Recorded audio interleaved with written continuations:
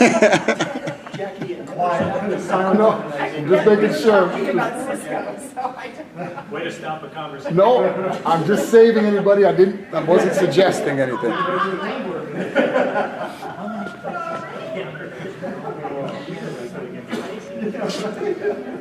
What's this on?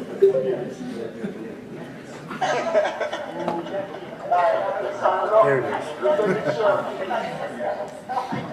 Way to stop a conversation. No, I'm just saving anybody. I wasn't suggesting anything. Not including when he's not running the meeting, so it should be. Like facing that. I felt that one. Just channeling his.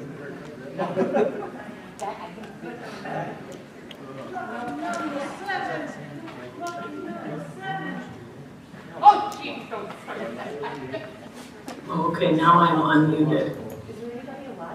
Anita, do you want me to ask the people in the chat if they have any questions or no?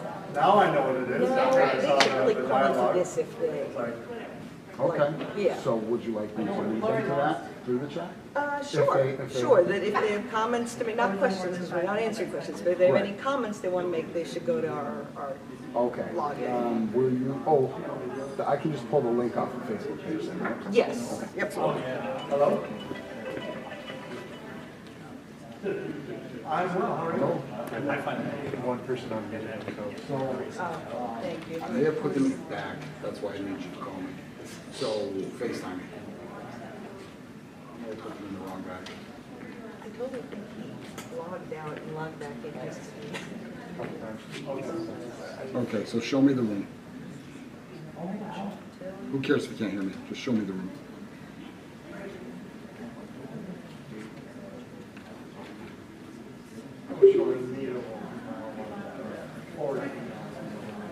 Can you hear me? You'll get the gist. Move the camera to the left.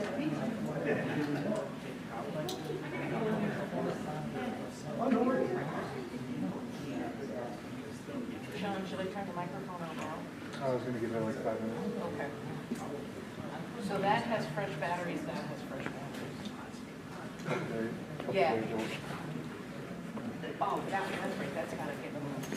Sure, I don't think it's just one covers it, that's it, but I feel it's a great salt. Maybe my competitor than, I think you do fantastic. However, for the rest, we got a good time. But this is for you.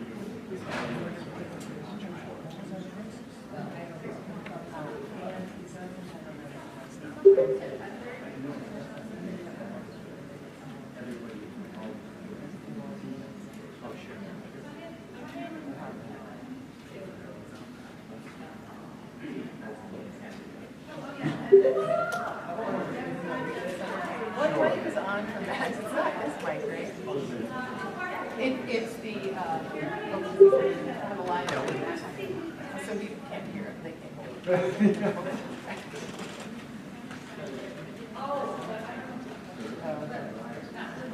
Is it pretty sensitive? Yeah, we're not doing anything.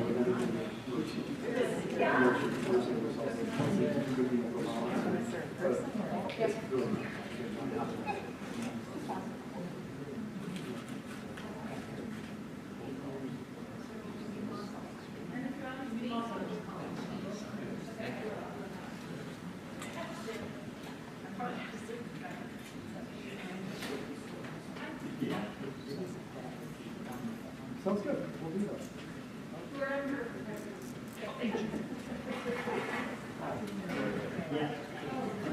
Sounds good. Placid. No, she's in Schenectady for work. Yep. All right. It's getting better.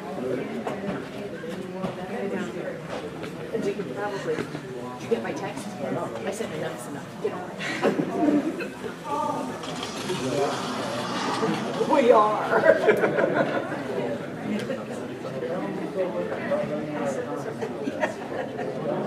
Oh, yeah. Nothing yet? It's like a wet at the Buffalo.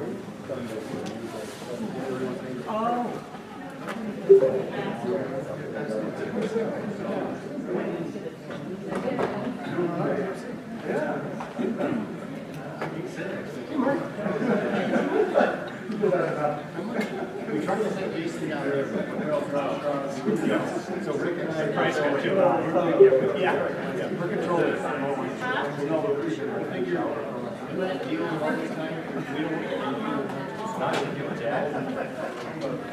Really need text.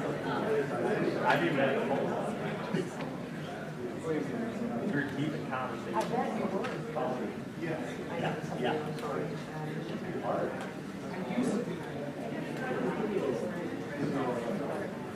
Oh, wow.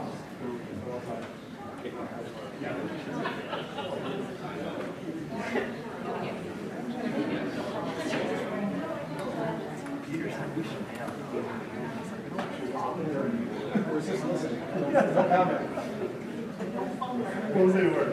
I wouldn't even close it on.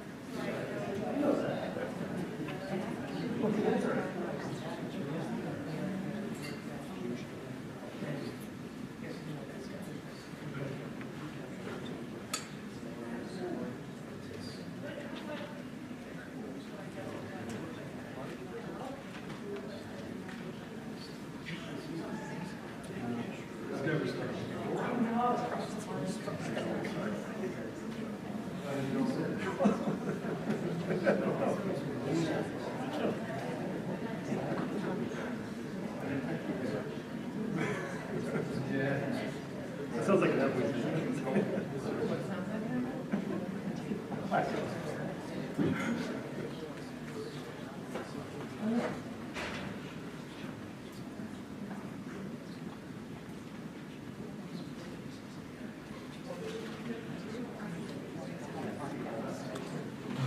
You want me to have fun?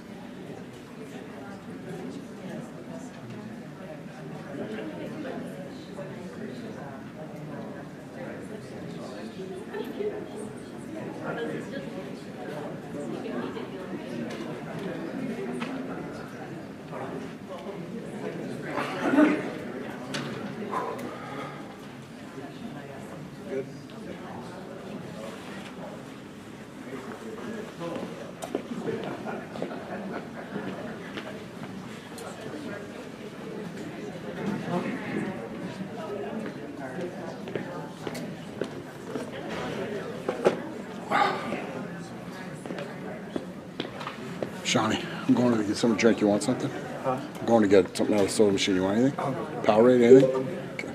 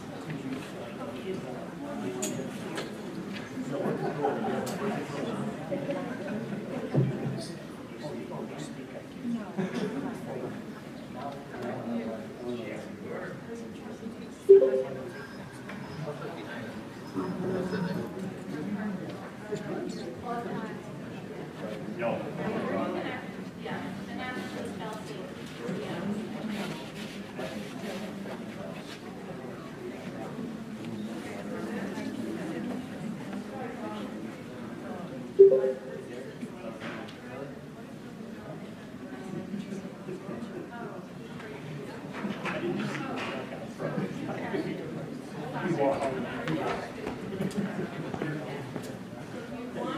right. Don't mess up.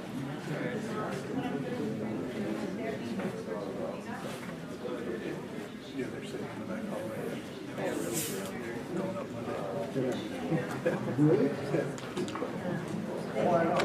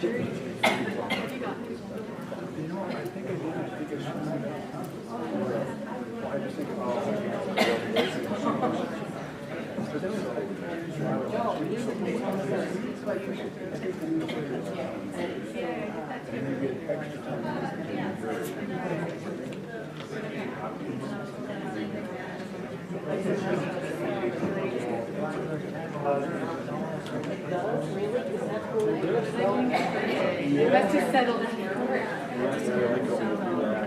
I got it done.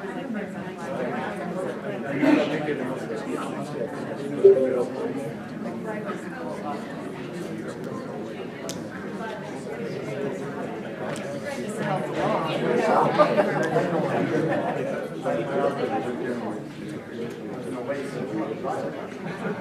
Oh, that's all I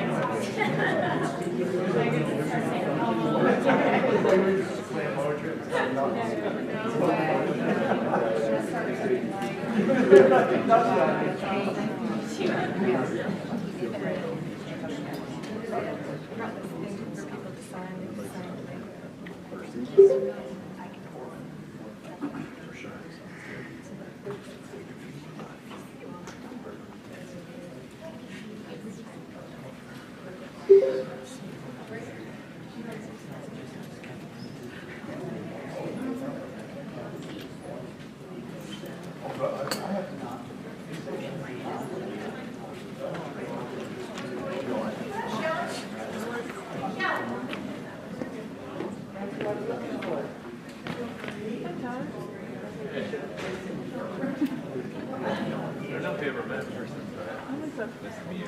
You're Elizabeth, right? Yeah. Lauren? You're working all the time.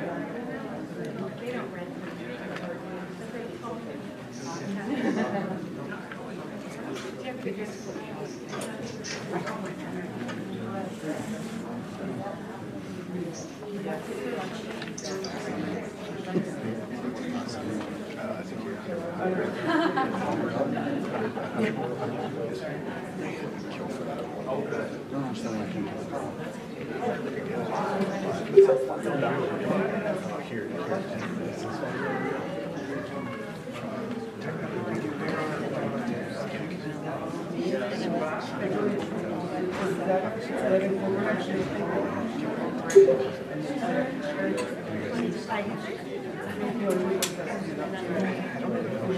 These are still being traced over that by the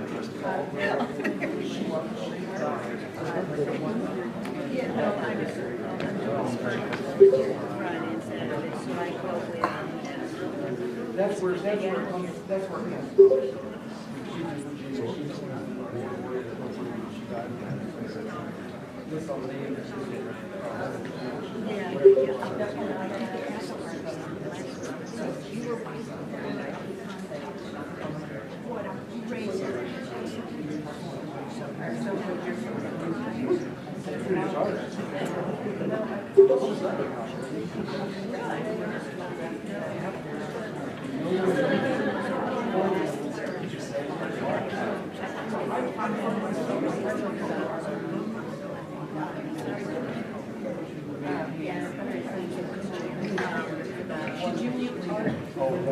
He can't hear it.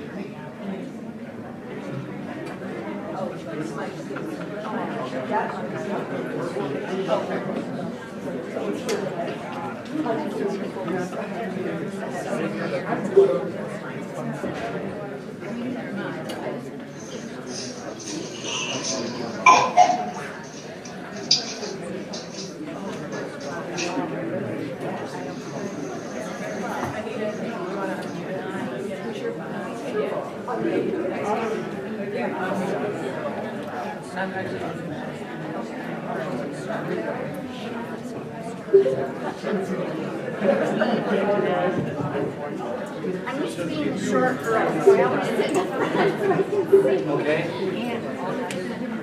Good evening, everyone. On behalf of the Town Board of North Elba and the Village of Lake Placid, I welcome you all here tonight. Tonight kind of wraps up a culmination of 6 months of long, hard work. For many of you, you still have concerns. We're here to listen. I'm sure many of you don't realize that we started this process July 7th.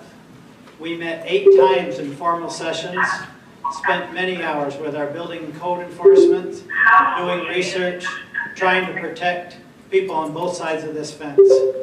We feel we found a good area to draw the line in the sand. We respect everyone that's here. We'll do our best to give you the best decision that we're capable of. I'm proud of both boards. You can't imagine the hours. This is a huge community and awareness for people that visit this area year-round as well. Again, thank you for attending. Believe me, we're all listening to you. So on behalf of the town of North Elba, I'd like to open this meeting as a town meeting. And with that, I'll turn over to... Yeah, Art, if you want to open the village, then I'll do my ground rules. Sure. On behalf of the Village of Lake Placid, I will open this meeting as well. As Derek mentioned, this has been going on since July at the town board level, but for months before that... This conference will now be recorded. I really want to make sure that we give credit to the Land Use Code Committee because they started working for years on this, and I see some of the members out here. So they started this process and we just took it from them. And what the work that they did is the backbone of the work that you see in front of you today. We're here... Sure. I'm going to do the introductions because they don't have a mic though. Rick Preston, town board member. Jason Leon, town board member. Dick Cummings, town board member. Derek Doty, town supervisor. Emily Kilburn-Pleedy, town board member. I'll pass. Peter Holtreed, deputy mayor. Mark Allen, Lake Placid Village Board. Jackie Kelly, village board. I only speak for the town. I did have some clarifying points to make. There had been confusion about what maps to be looking at and what this current proposed law is based upon. So I just want to clarify that the zoning districts and the maps that are mentioned in the proposed law all relate to the base districts established in 2011. So there was some confusion going back to the Land Use Code Committee and what they had proposed in the overlay maps. So those were a basis for our discussions, but it's not where we ended up. So if you're looking at zoning districts or looking at maps, make sure you're always looking at 2011 base districts. Some ground rules for tonight. As Derek mentioned, the board's role tonight is to simply listen and learn. We will not be answering questions or engaging in a dialogue. We, at the very back with Lori, you signed in, and you either signed in to speak or you just signed in attendance, and Lori has brought that list to Anita, who is the village clerk up front, and the list for people who would like to speak. So Anita will be calling people's names one at a time to come up and speak. When you get up here, we ask that you state your name again for the public record, and 1 comment per person, and comments will be limited to 3 minutes, and you will be timed. We ask that you be respectful, you use appropriate language, you listen quietly while others are speaking, and please refrain from conversations amongst each other while other people are speaking. Direct all your comments to this board and not to each other in the audience. For everyone who's joining virtually, Anita, once everyone in person has been able to speak, then we will open it up to you, and we ask that you raise your hand virtually, and Anita will call on you. You will again be limited to 3 minutes. Importantly, state your name, your full name for the record. And at the end of all this, we will close the public hearing, but we will leave it, we will be accepting written comments through December 2nd, and the written comments can either go, and we'll put this in the chat, ldudley@northelba.org or lpclerk@villageoflakeplacid.ny.gov, depending if it's a village issue or a town issue. If it's both, then go to both clerks. If you're not sure, go to both clerks. And with that, I think I'll turn it over to Anita to read the public hearing notice.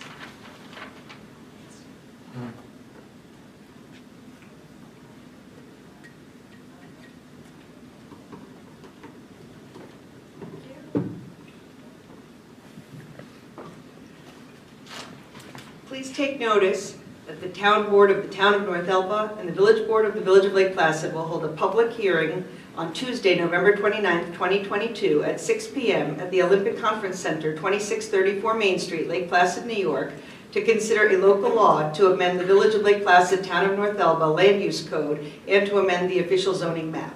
The text of the proposed local law is available for inspection by any interested person at the offices of the village clerk or town clerk, 2693 Main Street, Lake Placid, New York, as well as www.northelba.org and www.villageoflakeplacid.ny.gov. All interested persons are invited to participate in the public hearing and will be given an opportunity to be heard. The meeting will be available on GoToMeeting or meet.goto.com/LPV or dial 1-872-240-3212, code 690-687-301, signed Lori C. Dudley, Town Clerk, and Anita A. Estling, Village Clerk. Our first speaker is Tina Charbonneau.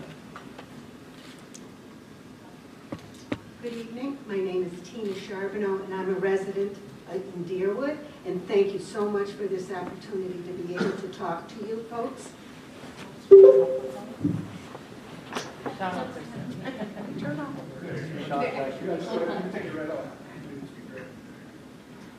Can you hear me now? All right. So I'm a resident in Deerwood, and I did write something down that I'd like to share with you. Currently, I'm thinking that there may be 5 units within our subdivision that are listed on Airbnb. And right now, there's a single listing that creates problems for those of us that are living in the area. So it seems to me that rezoning is a drastic measure for one place that isn't following the rules. I've read a lot about your rules, and I appreciate all of the work that you've done. But one of the things with rules is called enforcement. So if we are going to put rules in for short-term rentals, albeit for the village or the town or our rural area, you need to have enforcement. I can't tell you the number of times that I had to call the code enforcement officer, and I want to thank, right now I can't remember his name, I want to thank him for responding. But we have to have a system that if a house or a residence doesn't follow the rules that you folks are putting into place, it's not one time $1,000, two times $1,000, three times $1,000. There's got to be a hard and fast rule that says 2 infractions, you're out. You lose your ability to host, and that has to be checked up on. The rules that with Airbnb stated that this house was not to have parties. Who was there to see that there were 12, 15 cars parked out and having a party, and parties to the wee hours of the morning? Who's there checking that? And if we made a complaint, there was no follow-up. The house, they were allowed to all summer have party after party after party. I have no problem with Airbnbs. I have no problem with rentals and rules. The problem I have is enforcement. And we, the neighbors, can't be the enforcers. It's not fair to us. Thank you. Thank you. The next speaker is Shelley S. Reynolds.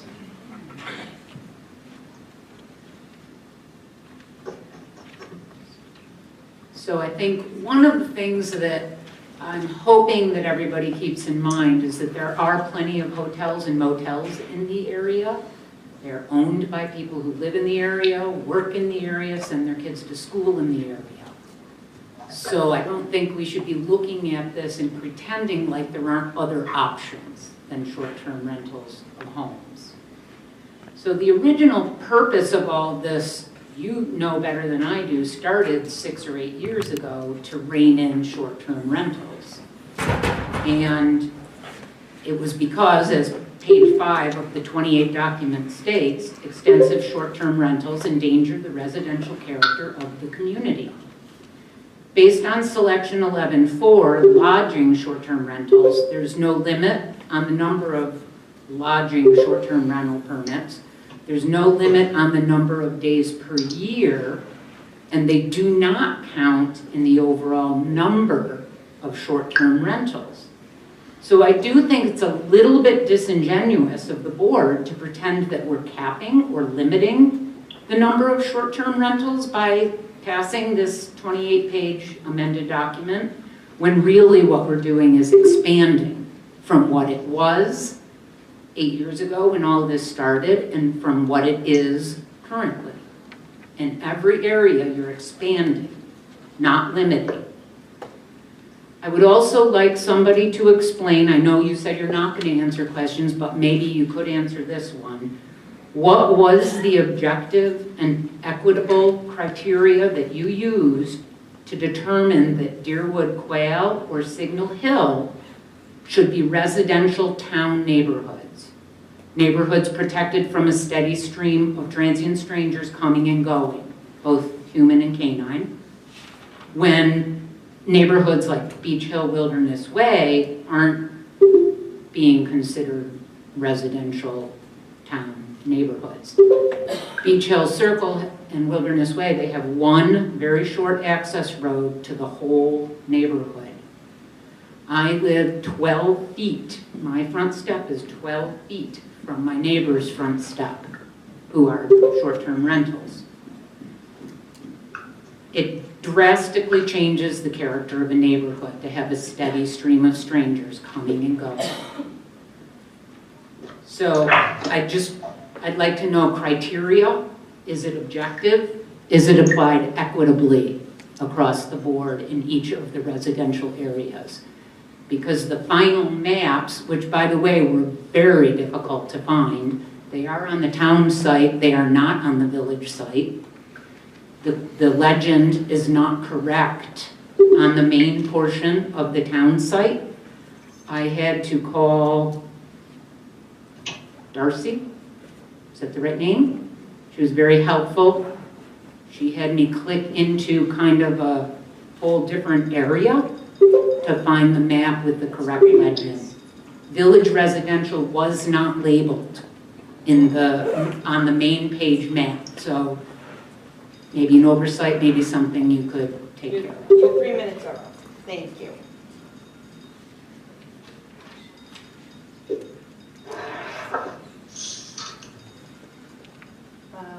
Next speaker is Tim Reynolds, and he'll be followed by Bob Maswick. I yield, she covered it. Okay. Bob Maswick, followed by Mike Sheridan.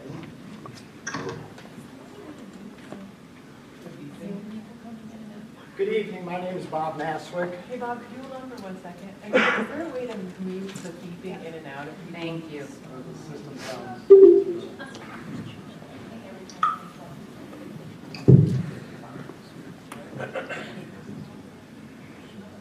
We'll work on it. Go ahead, Bob. I'd like to dovetail on something that Tina said earlier, and that is page 23 of the proposed code, section 11.6 complaints, specifically paragraph A.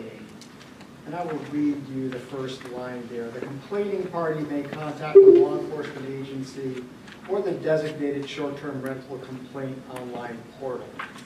My personal experience with a problem short-term rental in my neighborhood is that there is a significant disconnect between contacting the village police and having that information making it back to the building department.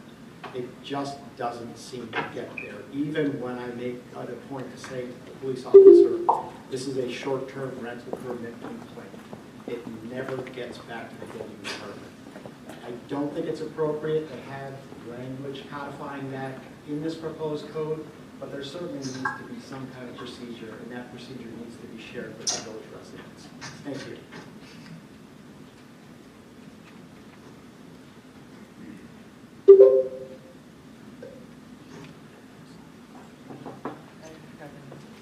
Bob Sheridan. Mike Sheridan. Mike Sheridan. Followed by Owen Rand. Hello, my name is Mike Sheridan. I live in Deerwood Hills. First, I'd like to thank my neighbor, Kim Shepard, who actually told me about this meeting, in which I was not notified. I was given a letter in my mailbox from not the town board, and that's where I got this information. I also want to thank everything that you've done to do this, to try to remediate this situation. I very, very much appreciate your time and your volunteerism. But if we were to change Deerwood from rural community to town residential, in a place that, I scrapped to buy that lot in 1998, cleared it myself, built my home, raised a family there. The reason I love Deerwood is because it, in fact, is the essential place that it was when I bought it. And if we were to change that to town, then the potential for more building in that area, in that envelope, I think it's just not a good idea. There has to be some form of sustainability or a cap on what can be done in that area, and that's the reason that I live there, is that it is a beautiful neighborhood that is not going to be overrun by more building, more building, more building.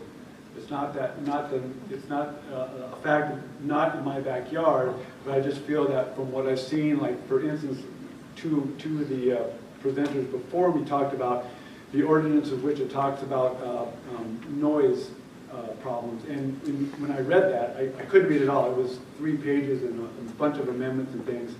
But it really comes down, again, to what was said before. It comes down to enforcement. It comes down to someone being able to address that problem, because no matter what, we live in a beautiful place, and people are going to want to come here. And if it could be enforced so that people could adjust to those rules and regulations, that would be great. Because again, there is one place in Deerwood that has been a problem. But personally, and I don't want to throw stones, but there's a year-round rental, like 3 lots up from me, that I've lived there for 23 years and I've not had any problems with them. So, one bad apple spoils a bunch. I don't agree with that, and that's just my main thing. Deerwood's my home. I love it the way it is, and I don't want to see it change to something different than rural. Thank you very much, and thank you for your time. Thank you. Our next speaker, Owen Rand. And then neither Lori or I could read the signature of the next one, so if you signed in between Owen Rand and Shelley McMillan, then you're next. Carla? It's just like completely a signature. So, as she said, my name is Owen Rand. I am a lifelong resident of Deerwood, so I have the privilege of growing up as a kid, seeing that neighborhood about 20% developed. Nowadays, it's 100% developed. 100% development in Deerwood is already much different than it was in the late 90s, early 2000s. The proposed zoning, if you change it from rural countryside to town residential, is going to destroy, down the road, it won't be a question, it's just when all of these lots will be subdivided and turned into maybe not vacation rentals, but they will be turned into McKinley Street. They will be turned into very high density areas that we see in Lake Placid. That is not Deerwood Hills. Deerwood Hills was developed to be such a neighborhood that is rural, 4-acre lots, 1 house per lot. If you change it, you're changing everything. Thank you. Thank you. Next speaker is Shelley McMillan. We are skipping over number 7, but if you have signed up and you either know you were number 7 or we get to the end and you haven't come up, then come on up.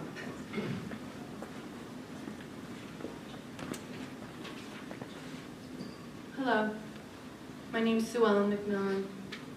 My husband and I have lived at 164 Deerwood Trail since 1993. Right away, we enjoyed the neighborhood's peaceful feeling of being close to nature. Deerwood Hills' location, the size, and the number of the neighborhood lots all contribute to its uniquely enjoyable environment. Over the past 2 summers, an unhosted short-term rentals have robbed us of this tranquility. The idea to restrict our neighborhood to hosted short-term rentals is wonderful. But I do believe it would help minimize the STR negative impacts. However, the idea to change Deerwood Hills from rural countryside to town residential could also create problems. To fix one problem while creating another would be a mistake.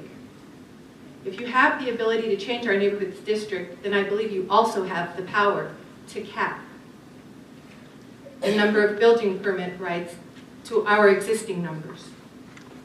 Without this cap, there would be serious repercussions. The majority of Deerwood lots could become subdivided. My main concern of upzoning Deerwood from RC to TR is that it would increase the density that can be transferred. For example, in 2002, a nearby property on Birdsong Lane was sold. This property did not have a building right, so they could not obtain a building permit. A property owner a few lots over had an extra building right. They didn't need it. They transferred it to the new property owner, who built a home. In changing Deerwood zoning to TR, we would all have extra density or additional building rights. At the far south end of Quail Lane, there are 300 acres in an area where no additional building rights remain. If future Deerwood owners transferred or sold their building rights to the owner of this property, we could have an entirely new subdivision attached to ours. Note that this 300-acre area is zoned rural countryside, where unhosted short-term rentals are allowed. These houses would be closer to us than we are to River Road. So I ask, if Deerwood Hills is changed to town residential, please make sure the density is not increased. Leave the number of building rights as they currently exist. In addition, I have a couple of smaller requests for you to consider. Just 30 seconds left. Please add the town of North Elba to the open fire law. The noise and smell of smoke from fires affects our area as much as the village. This is local law 6, item E. Also, fireworks, I'm assuming that that's for safety and sound disturbances. Outdoor swimming pools create the same safety and sound disturbances. I request that outdoor swimming pools be prohibited from future short-term rental permits. If there's an unhosted SDR property that has their tenants, screaming erratic tenants are louder than music. Did I give Sue Ellen some of my time? No. Oh. You can hand in your comments to us and we will keep them as part of I have a page asking property owners in Deerwood who don't want to have additional building rights created to sign this and to add this to your meeting notes. Thank you. Thank you for your time. Thank you. Next is Ann Rast, who will be followed by Ed Flink.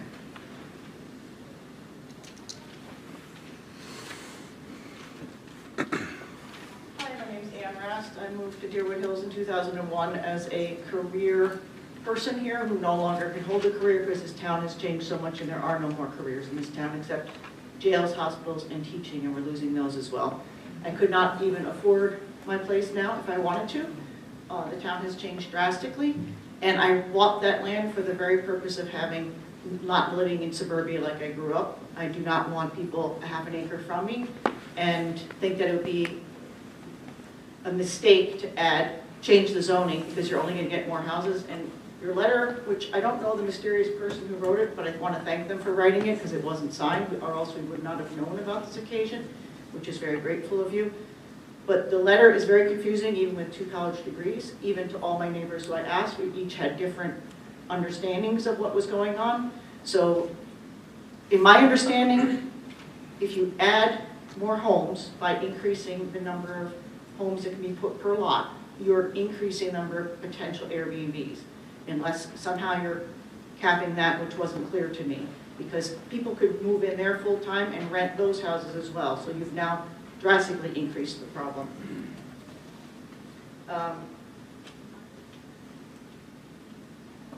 So I think that's all I have to say. I just really moved here from southern New York for the idea of coming to the Adirondack Park, which I was under the impression had zoning in effect that would limit the amount of houses, and I had no clue that that zoning could be changed at a later date. Thank you. Next is Ed Flink, followed by Michael Takach.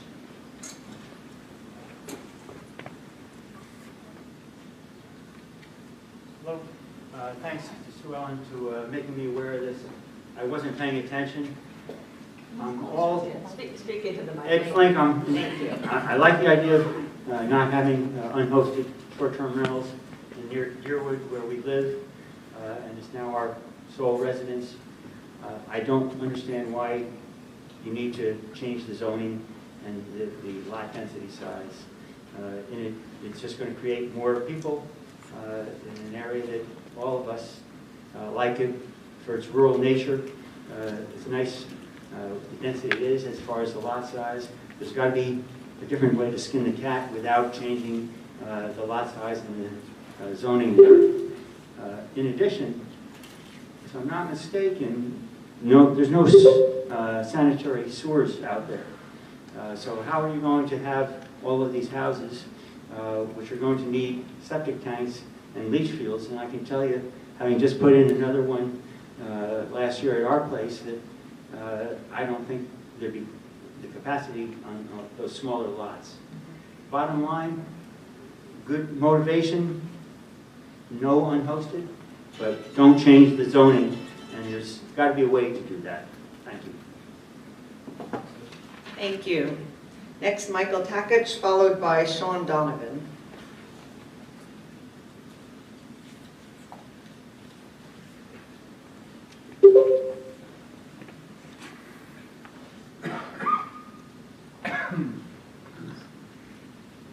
Good evening, Michael Takach. Michael, step a little closer. Just, okay.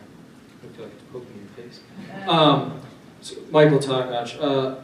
Just up front, I'm not for or against STRs. I'm very neutral because we have utilized the previously existing land use code to be able to establish an income enough for us to live in Lake Placid, which has been our dream for a long time. But I am very concerned about the proposal and how it's going to limit property rights and protections for almost every resident owner in Lake Placid. I'd like to thank everybody for all their hard work in putting this together. I know it's tough. So you've done a great job and invested a lot of time and effort into it. You know, as I drive around Lake Placid every day now, it's an exciting time. Orta is developing like crazy. Hotels are changing hands. Hotels are being renovated. Main Street upgrades. Lots of affordable housing is being constructed. And all these things are a great benefit, especially to travelers, guests, visitors. That's all really exciting. And while that's all happening, we're proposing to take away serious land rights and protections from every resident owner in Lake Placid. I'm having a hard time figuring out how that's balancing out.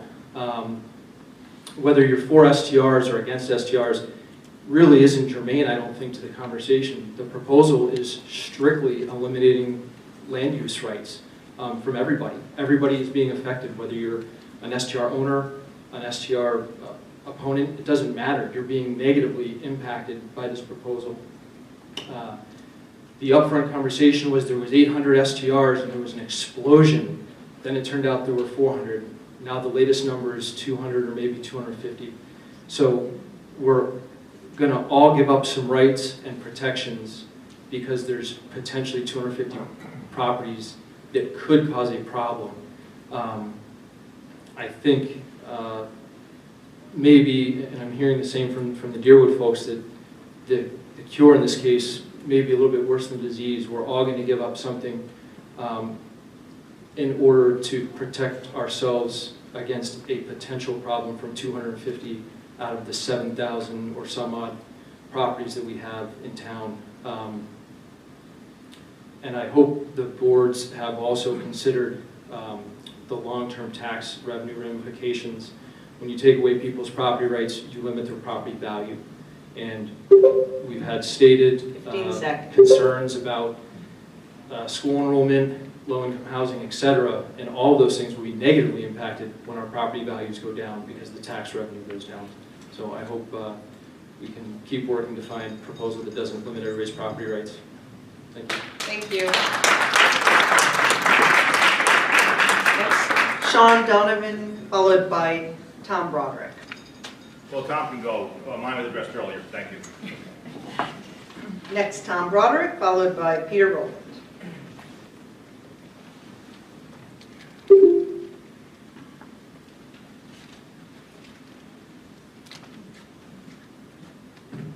Tom Broderick, I own a house on Mill Pond Drive.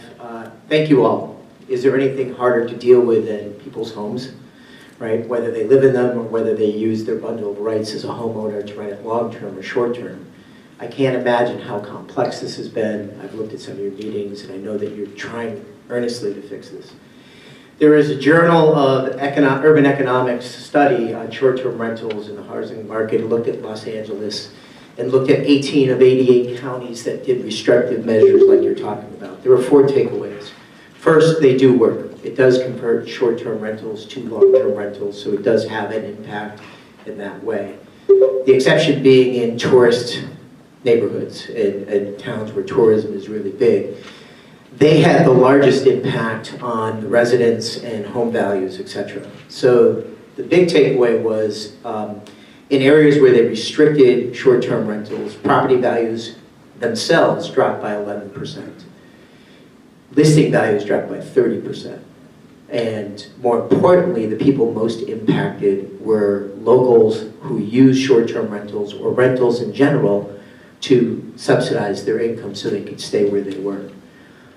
What I would like you to do is consider that we have to be cautious of doing something that will impact people who don't really think they're involved in this. So all of the areas where you're going to restrict short-term rentals, they'll be impacted with their home values dropping. So retirees who aren't looking at short-term rentals, who live in those areas, as they're about to cash in on the equity of their home, could see that severely drop. And especially now with the economy and the way it is, that could be even more pronounced. Secondly, we have to be cautious about impacting those bundle of rights, right? There is no fundamental difference between renting your house 365 days or 120 days, but yet that's what you say. So we gotta be careful of that. I don't think the town should expose itself to potential litigation for those reasons. The third takeaway is in the areas where there are unrestricted or unlimited short-term rentals, what we're effectively doing is taking any income for short-term rentals and moving it out of the community. Right now, hedge funds are buying trailer park homes, and they're buying houses to turn into short-term rentals. So if you create unlimited in a district, it's more than likely that those homes' values will rise. So you're going to have some areas in town where the value of the homes are going to drop, mostly affecting people who are local, and then other house values going up, and that money in those rentals will not stay in the community. It's difficult, you're doing a great job. Thank you for your time. Thank you. Next, Peter Rowland, followed by Jonathan Esper.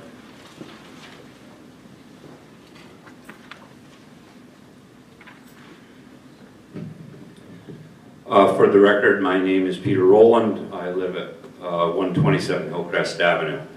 And as with the exception of Tom Broderick, I'm a village person.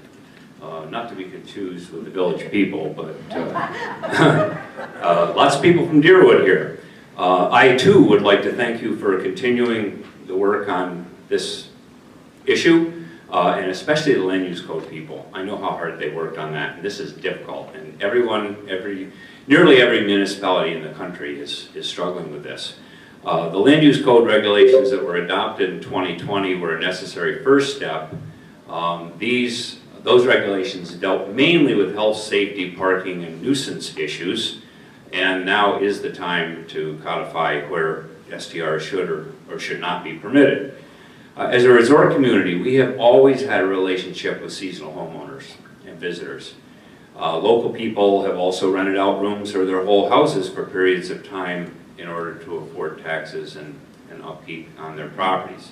What's changed, and this is a significant change, is the nature of land use where residential properties are being operated as de facto businesses in residential districts that have been specifically zoned for single or two-family dwellings. As homeowners on Hillcrest Avenue since 1984, we've had a front row seat for this. We've had a front row seat to see the effects this type of use has on a neighborhood. Beyond the nuisance issues of parking and noise, vacation rentals have driven up the selling prices and assessments of houses in many residential areas and have made them unaffordable for local people. The owners that are flipping these investment properties, the rental history gets used as a unique selling point, and this has driven the cost of these properties beyond the reach of the middle class that traditionally lived in these neighborhoods. As we all know, one of the biggest problems facing our community is the lack of affordable housing, and the vacation rental market is a significant contributor to this. The additional fact that a number of what had been long-term rentals have been converted to short-term rentals is also increasing the shortage of affordable housing, and we should all be concerned about that. This is a social issue. When shopkeepers and healthcare professionals and school teachers and other residents that make up a community can no longer afford to live in that community is in danger of losing its soul. The people that are most affected by these trends are those least likely to show up for something like this and speak or to provide public comment. Those are the locals with unmet housing needs and commuters that would like to live in Lake Placid but can't afford to. We need to keep them in mind. They aren't here tonight, and they are the silent majority. Short-term rentals are a popular lodging option. They'll be requested by current and prospective visitors. Our challenge is to find a balance between accommodating visitors and a sustainable community of folks that live, work, volunteer, and raise families in the place that we love and care for. Thank you. We support the land use code regulations as proposed, and in particular the regulations to not allow unhosted STRs in residential districts and sunset those with existing permits. And I thank you for your time. Next, Jonathan Esper, followed by Chris Grant. Hi, I'm Jonathan Esper. A couple questions about hosted vacation rentals. Specifically, I wondered why you exclude property managers or a long-term tenant from living in the property and acting as the host, and why it has to be the legal property owner. That doesn't make sense from a housing point of view. If you say that there's lack of affordable housing, well, I have an owner's apartment section of the house that could be rented out for a budget price, and somebody could affordably live there with an agreement that they keep an eye on renters, while myself as homeowner is off property somewhere else in another residence. The second question I have is what your policy is on ADUs, accessory dwelling units. Like, let's say there's an apartment above a garage, and is that okay if an owner or property manager lives there and rents out the main part of the house, as long as it's on a single property?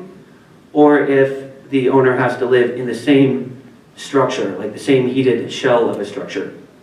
Final question I have is if all those 5% short-term rental fees, if some of that could go to the town to support the fire or other volunteer services, instead of all of it going to Roost and hundreds of thousands of dollars spent on surveys and marketing surveys, it feels like a lot of that money just gets drained away to less causes that are not really beneficial to the services that the STRs actually rely on.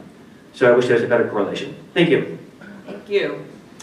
Next, Chris, I believe Grant, followed by Nina Armstrong.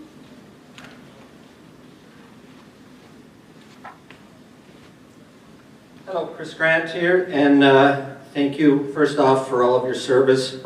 I'm sure as much fun as it looks like to all of us, there's probably difficult times also in what you're doing.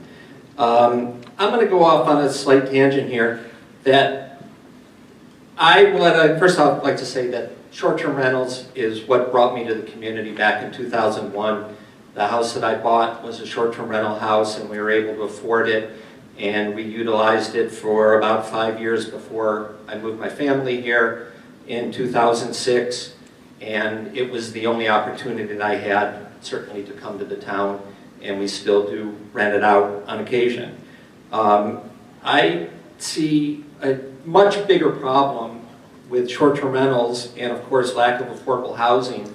I think these are all negative byproducts of what I would call hyper-tourism in the town. You know, with Roost and everybody's like rah, rah, rah tourism. One thing I think about is back when I started coming here in 2001, it was a quaint town. Now, I don't want to be here in the summertime. There's just so much going on, and it's so busy, and it's so crowded. I'm happy to be able to talk or able to rent my house out so that I can get the heck out of town. You know, everybody talks that way, you know, Ironman, this stuff, that stuff, let's get out of town. And then we have the opportunity to rent the house out at that point. And I see hotels expanding, hotels bringing in more low-paying jobs, workforce housing problems. Where are these people coming from? Where are they going to live? Sure, we got to bus them in from Malone because we've got hotels coming out our ears and expanding those. I think that on top of that, the hotels need to become more competitive with short-term housing. And then I think another of the hugest problem that I see is the absolute lack of enforcement. I'm in Beach Hill Circle where we've got a number of houses and there's never been a problem. You know, we've got great people renting to families, families come into town spending money, but there's zero enforcement from what I can hear in all of these different areas. And if we would just enforce, if you've got a neighbor and they're having a party, figure out how to enforce no parties. I mean, if you've got people driving up and down your street at 75 miles an hour, you call the cops and they stop them from driving. And from what I can see and hear, you guys have figured out absolutely nothing to do for enforcement. It seems to be an ongoing problem. Thank you. Thank you. Next, Nina Armstrong, followed by Daniel Cash.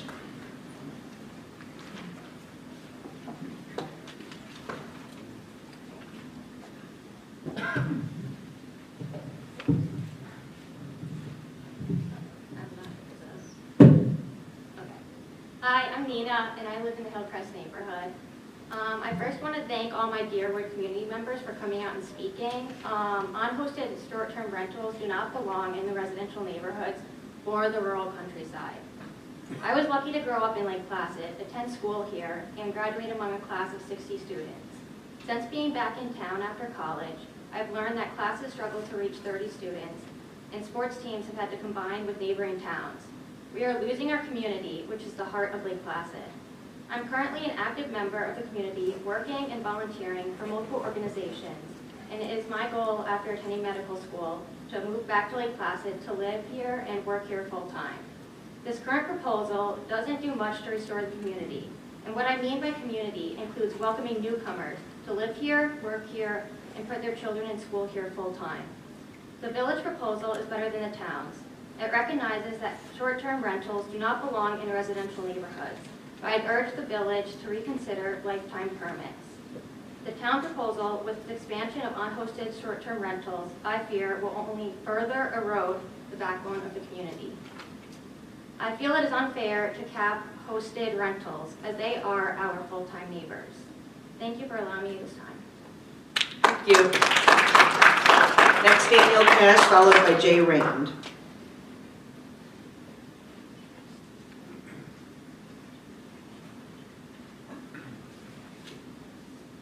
Hey Rick, it's nice to see you from the side of the table. Hello, my name is Daniel Cash. I'm a resident of North Elba. A couple of things that I think would be some considerations that you should think about is the old military corridor with the frontage lots. That's where our schools are. It's where a lot of our community has moved as they have been, as the community has expanded outside of the village proper. So I think that maybe tightening up that corridor with restrictions to keep it more residential would be a good idea. I also would like to thank you for your hard work on this matter. I know that it's not easy making everyone happy, or at least 50% happy. 50% would be good, right? I think that we're all very happy that we are close to landing the plane on this. Both short-term rental owners and residents alike would like some stability moving forward, and I thank you for trying to provide that.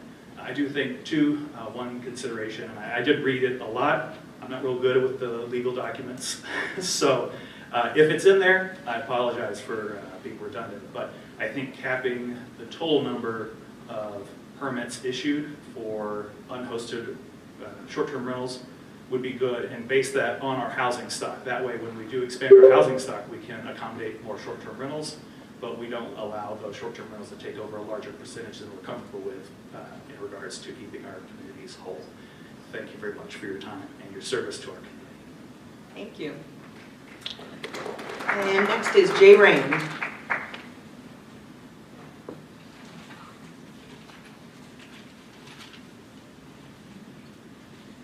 Hi everybody, Jay Rand, 141 Deerwood Hills. And I didn't prepare a speech, so I don't think I'll be over 3 minutes, but it's great to see everybody, and I'd also like to thank everybody for your hard work on this. I know it's been a long time.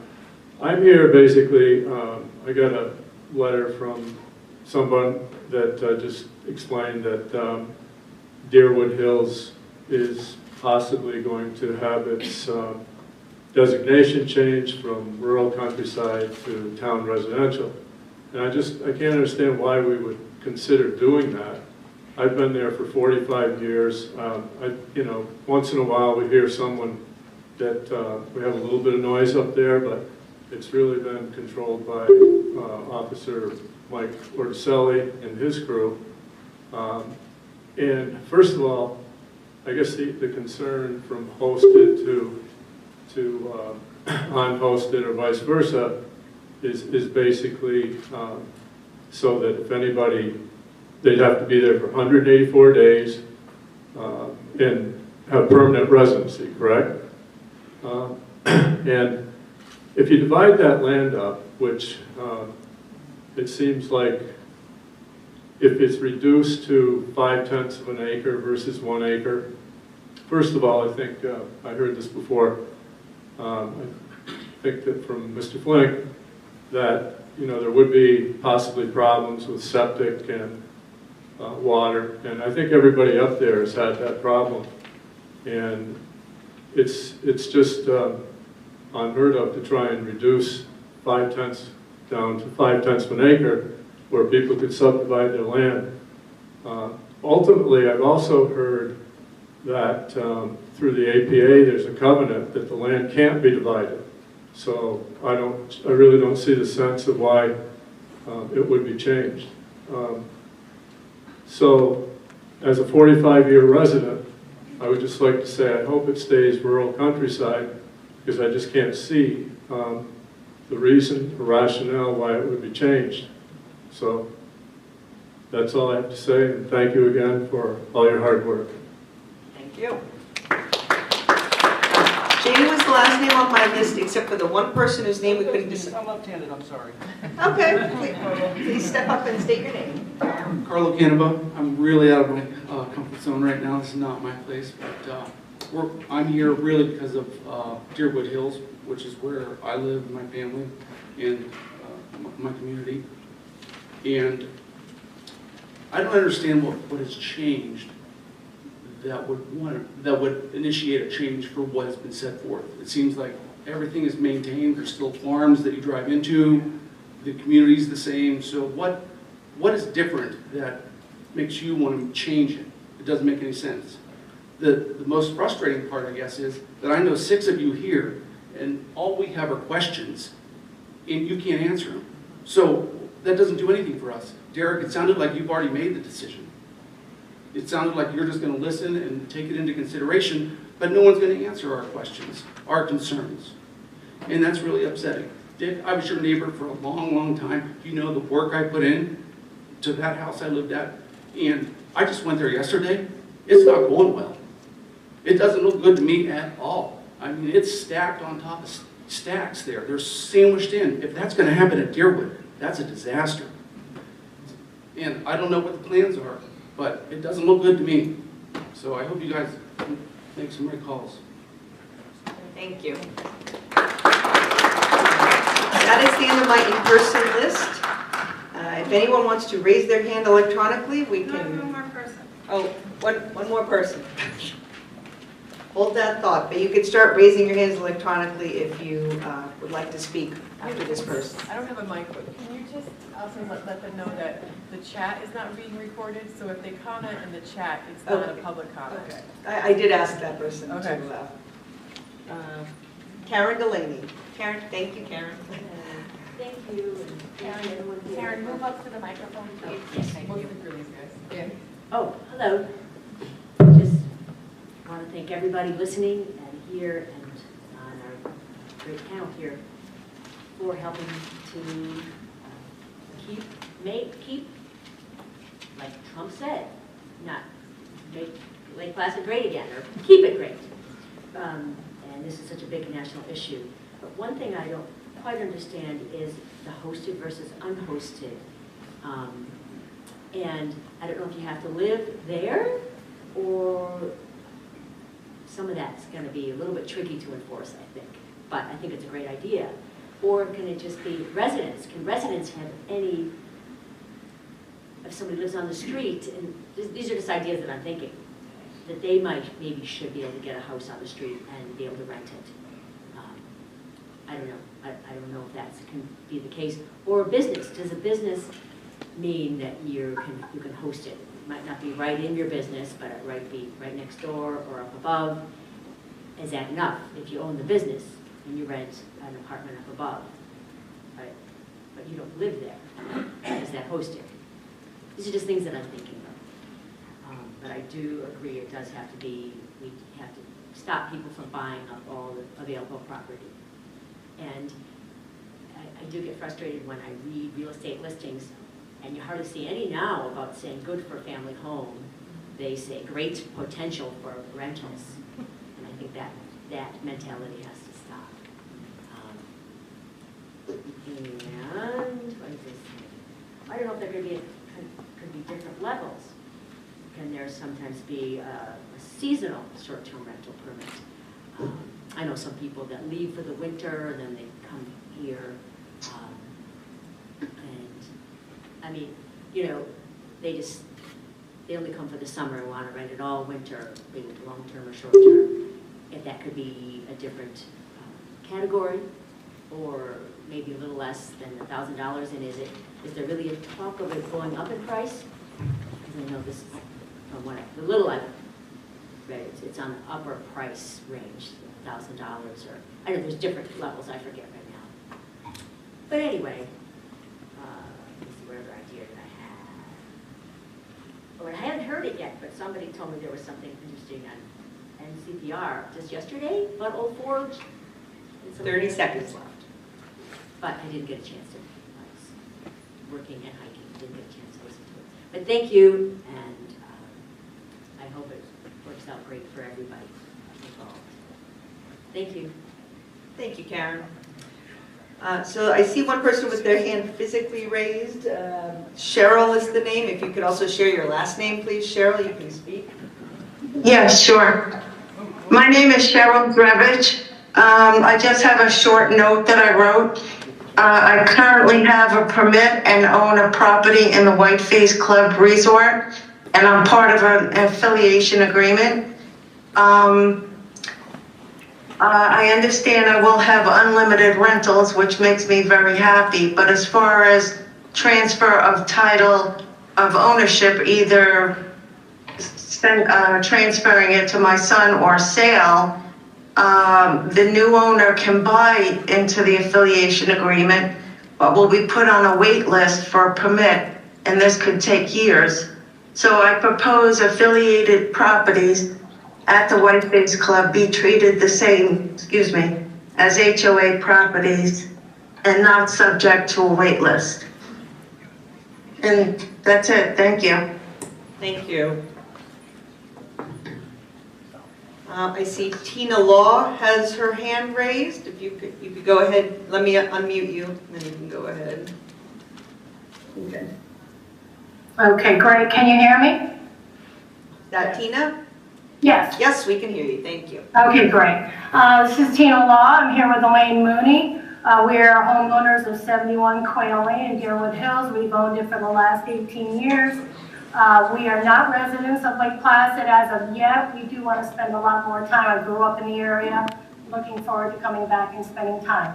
Our first concern with this discussion and the short-term rental really is the lack of transparency. We didn't hear about this, and thank you to the person who sent the letter, because not hearing or getting information, the decision not to inform the homeowners in Deerwood of a potential amendment that could drastically change the neighborhood gives a perception of a hidden agenda. Now, we live in Nantucket, Massachusetts, and unfortunately, all I can tell you from is our experience. We have seen this happen. We have in Nantucket here, we have tourism, like Lake Placid. Also, we have a $1.2+ billion real estate industry. It's really hard to believe, coming where we've come from, and I've lived here for 32 years, and Elaine's a 7th generation Nantucketer. It's really hard to believe that a real estate company or developer is not behind pushing the zoning change. And I feel like the residents in Deerwood and Lake Placid itself should be really aware of this. We wonder if anybody on the board proposing the change has any connection with the latter. We've seen this happen so many times, and we should be very concerned and cautious.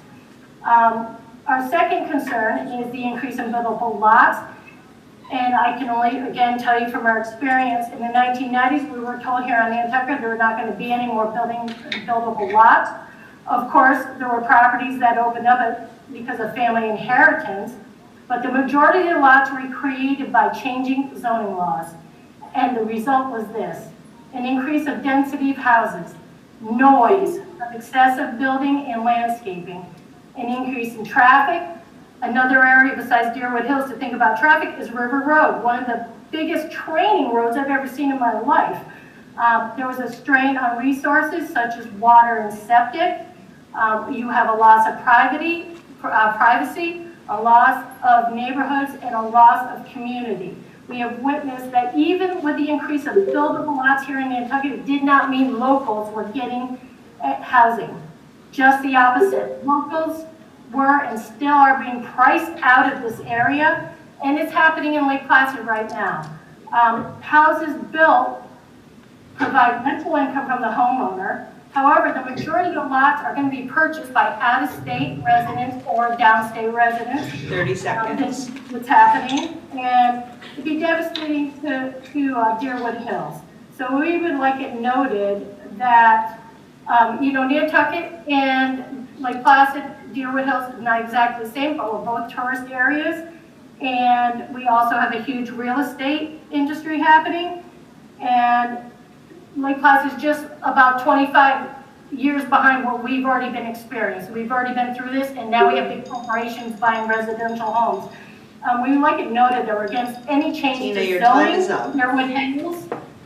And we would like an amendment made maybe to propose the short-term rental law to include hosting rental in rural areas and rural countryside with no change. Tina, your time is up. Anyway, zoning. Thank you. Next. Mike Grippo. Okay, good evening. Good evening. Can you hear me okay? Yes. Yes. Great, great. So my name is Mike Grippo. I have a home in the Whiteface Club and Resort, and I live on 10 Overlook Way. We purchased the home in October of 2020. We currently do not have a rental permit.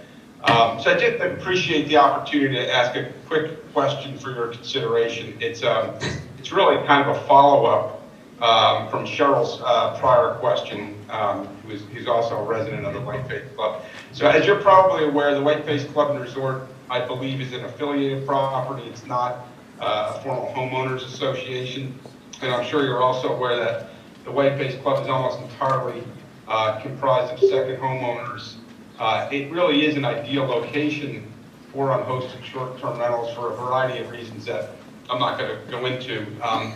But my quick question for your consideration is, would you consider treating or designated affiliated properties like the Whiteface Club to enable short-term rentals? So thank you for your consideration. Thank you. I see one more hand raised online, Jillian Locke.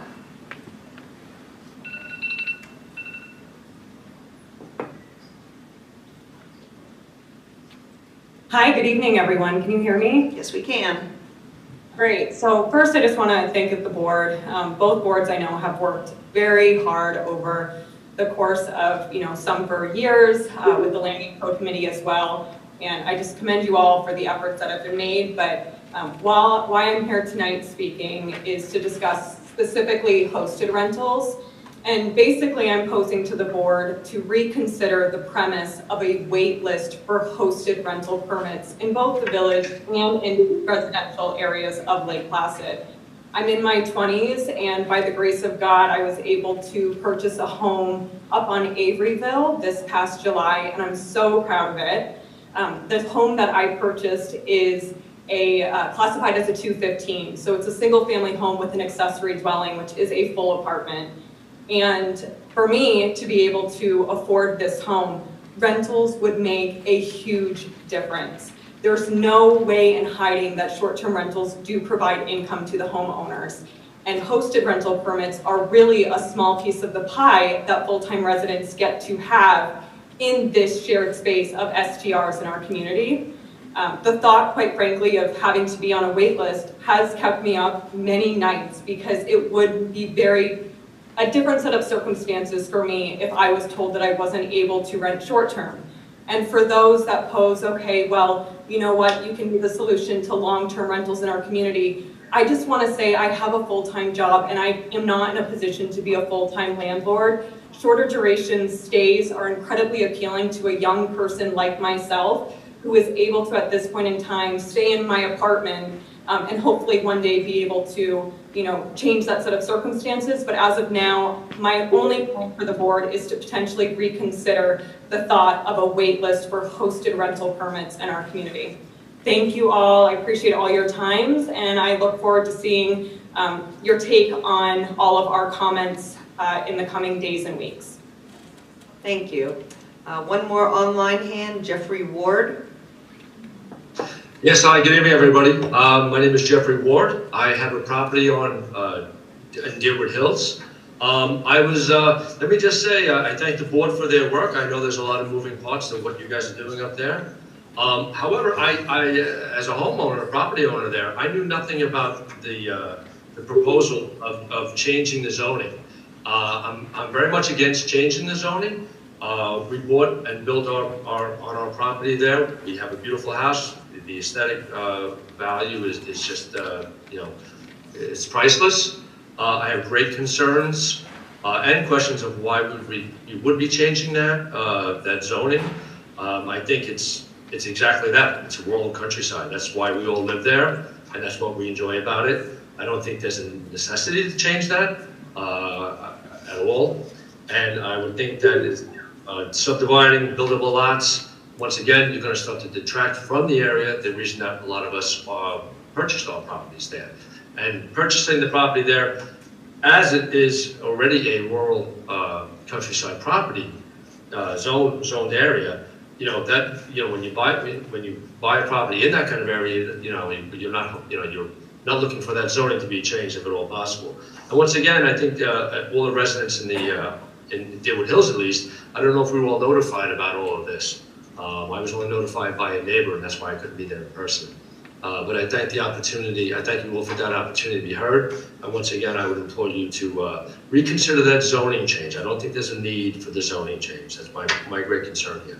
Thanks for your time. Thank you. Is there anyone else online who wants to electronically or, oh, someone raised their hand. Yes. John Grandview. Go ahead, John. Hi, everybody. I'll be quick. I just wanted to say hi and thanks for everybody always doing what you're doing. Basically protecting the town and what's so special about Lake Placid. I've been basically a part-time resident up in Lake Placid for the last about 9 years now. And it's where we always want to be. We'll always have a house up there, especially towards retirement. You know, I'm a business owner. In terms of separately, I have a fundraising company that works with kids throughout the New York State area.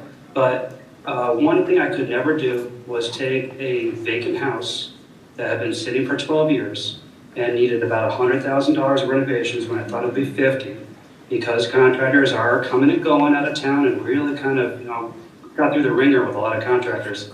I'm just saying it's very expensive to fix a house up. Dramatically increased the property values and quality of look and appeal on my street. And did that because I want this house to be something I'm proud of. But more importantly, I don't understand when it comes to, say, a nuisance house or a party house. That is really a town problem with zoning where they should be enforcing those. And it is not necessarily a VRBO thing or Airbnb thing. It's just a general thing in general. We should be covering that as a town and saying whenever we have a party house, we need to have some laws that allow it to be shut down. Secondly, I don't understand why we need to treat vacation rentals differently than, say, a bed and breakfast. They should be applying for, in a residential area, a bed and breakfast permit, or make it part of that. And they can choose to be a part of the town and have a permit if it's a business. If it's a part-time resident, and I'm going to stress this very strongly, if it's a part-time resident or a full-time resident, they care very dearly about their neighbors because they want to be there. And I am that way. I love my neighbors, and I want them always to be happy, and I'm very protective about who I rent to when I occasionally rent. And I'm only using that really to fix up the house and cover it until I can be up there more often. And that's how most people are with their vacation rentals. We need to get rid of, and I'm telling you right now, I'm kind of my own evil. I don't agree with people having a full-time business in a residential area as a vacation rental where they don't live there ever. Those are usually the bad apples that cause a lot of this strain. In terms of the property values, 30 That's seconds. so many different issues that are not really involved in this. Property values have so many different avenues as to why we're increasing. This is a small piece of that pie. But anyways, thanks again for everything you guys are trying to do. I know you're trying to protect the town and make it great. So thanks for letting me be a part of this and be a part of your town. Thank you. Anyone else online wants to electronically or physically raise their hand? I got one more name from Lori, Sonia Barney. Would you like to speak?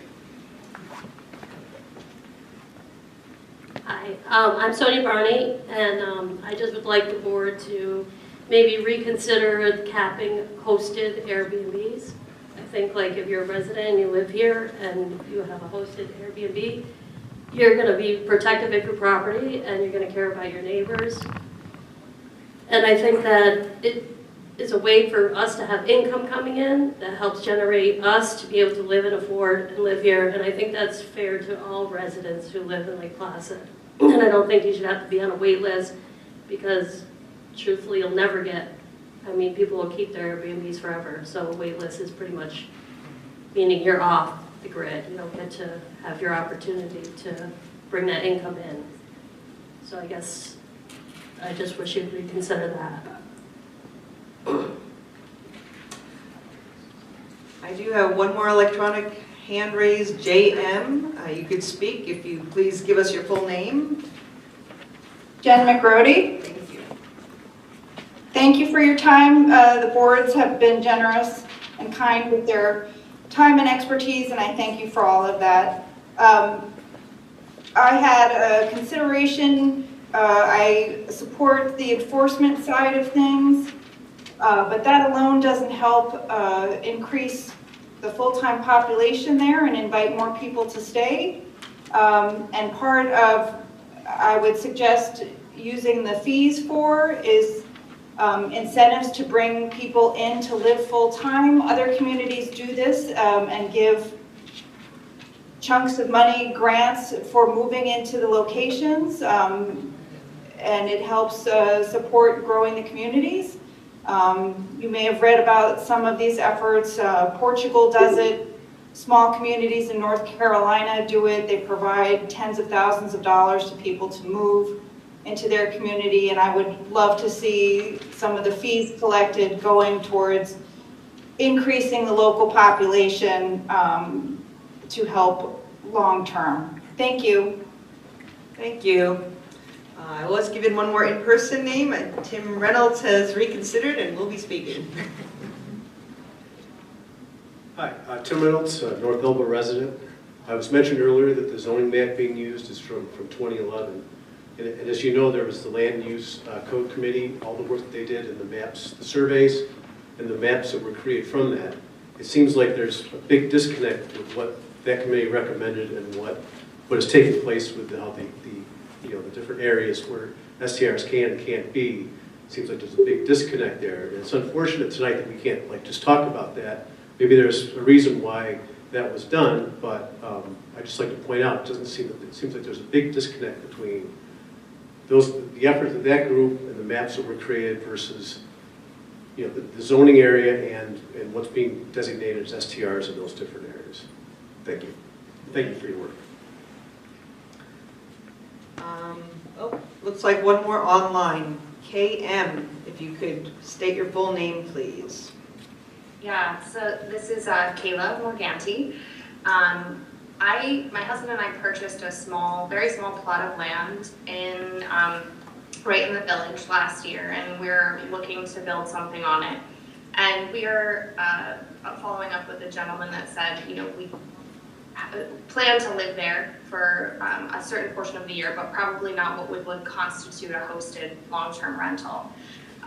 We come from Saratoga. We're very well versed in the short-term rental market, just having one be 2 doors down from our house. So we sympathize with sort of both sides here. What I would maybe consider is just, as the gentleman prior said, the folks that will live here at least some portion. I'm not sure exactly what constitutes hosted, but the folks that will live there, maybe some portion, will definitely care quite a bit about their home, about their neighbors, and that's kind of our plan. We may not be able to build in town, quite honestly, if we are not able to have some sort of income coming in. So we plan to try and create a long-term rental. So I would also echo the sentiments of incentivizing for long-term rentals because property is expensive, as everyone knows, and I think it's really tough to be any type of resident in Lake Placid right now. So that's it for me. Thank you. Thank you. I believe that is all, unless anyone else online or in person wants to speak. If you'd like to come up to the mic and state your name, please. I spoke already. I didn't use my whole time. Am I allowed to add to that? That's up to the board. I think it's one comment per person. Wait, bring comment for another 3 days. I'd like to speak. Go ahead. Come on up and state your name, please.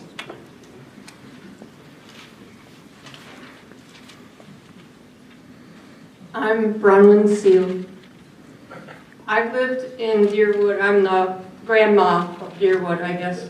My ex-husband and I were the first people who ever lived there. At that time, it was just a dirt road. And you'd look out the window when a car went by because you'd say, oh, there's a car. We had a St. Bernard who would sleep in the road and the cars would just drive around him. It didn't matter. I've seen a lot of changes, and I would say mainly for the, it's fine. It's absolutely fine. But I am truly devastated by the idea that we would be changed from a rural district to a residential district. True. And I don't understand. I know you're not answering questions, but since we didn't even know about this, I'm wondering if all of a sudden I'll read in a newspaper, oh, Deerwood Hill has been changed. You know, I don't understand. We need this communication. And if it comes to, you know, signing a petition or whatever else, I heard what Sue Ellen said. I know, basically, I can speak for everybody in Deerwood. We do not want to be changed from this rural designation to residential. Thank you. Thank you. Anyone else? Oh, one more online. MW, if you could state your full name, please. Hi, good evening, everyone. This is Michael Weiler, and I'm a vacation homeowner in the Placid Village area.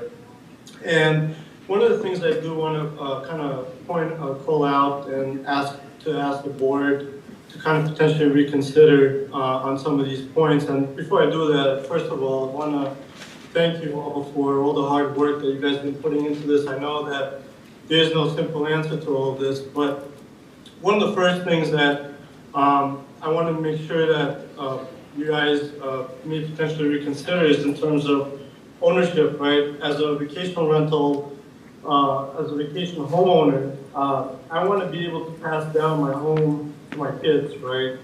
And that shouldn't be classified as a change of ownership, right? That's next of kin, right? If something happens to me and my spouse, right? My kids should be entitled to the same land code use rights that I originally, with my wife, purchased, right, when we first got the home. That's one. Second, I do have a concern with terms of the privacy with my address being posted on the public website, right, stating that my permit information, and which will be easily obtainable to anyone who may potentially want to kind of scout out the homes, take a look when they are empty, right, and be able to ransack them, right? So that's something that I feel the board should consider potentially maybe removing that and have some sort of policy in place where if the neighbor is inquiring about whether or not the short-term rental next door is a legitimate STR or not, that they have a means of doing so. The third point is that, you know, the 90-day cap, that's something else that you guys should consider removing, right? Potentially aligning with the village, the town, right? There's no real rhyme or reason in terms of what the village has stated on why that 90-day cap was imposed initially. We've asked repeatedly in terms of the board to specify the reasons. None was provided. And I totally understand from a perspective of limiting the attractiveness of having the short-term rentals. 30 seconds. Right? But that's one other point that you guys should consider potentially aligning with what the town has. The other point I also want to make is there's folks out there that are currently on more, that have not been able to obtain a short-term rental permit due to the moratorium that you guys have put in place, right? And the reason is that you guys are not allowing any additional permits to be issued to the owners of those homes. So the real estate agents have sold those homes with the preconceived notions that these homes could be rented out. So that's something that you guys should consider. Time is up, and honor those people that currently are waiting for those permits. Thank you. Thank you. There are no more hands raised here. I will say that there are 3 comments in the chat box. Those are not part of the record. So if John on Grandview, Joe, or Bruce Berger want to make their comments, you are still welcome to do so, but the chat will not become part of the record, or you can email them to either clerk.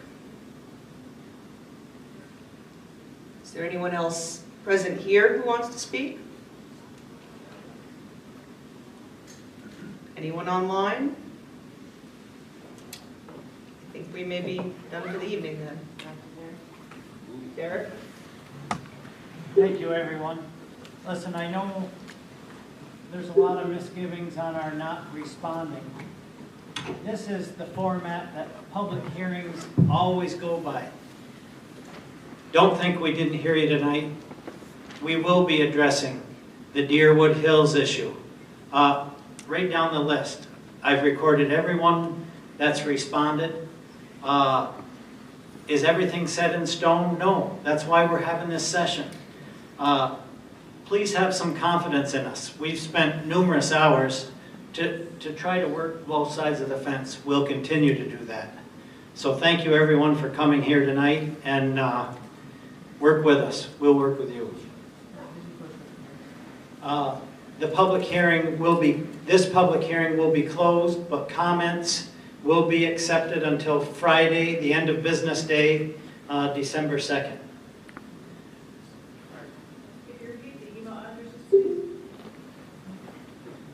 Yeah, the town is L. Dudley, Dudley, at northelba.org, and the village is lpclerk at villageoflakeplacid.ny.gov. Yes. If you send to either of those, we will share with both boards.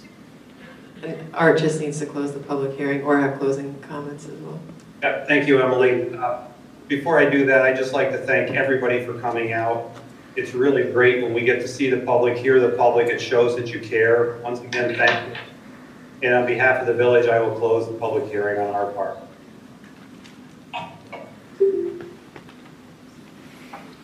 Thank you. Thank you all. This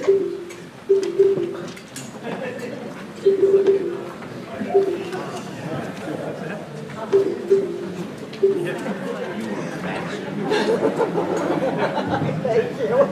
The last 6 weeks of the spring 2020 semester called God bless all you teachers. made by Henry I Sloan. believe it. So God love you. You did a good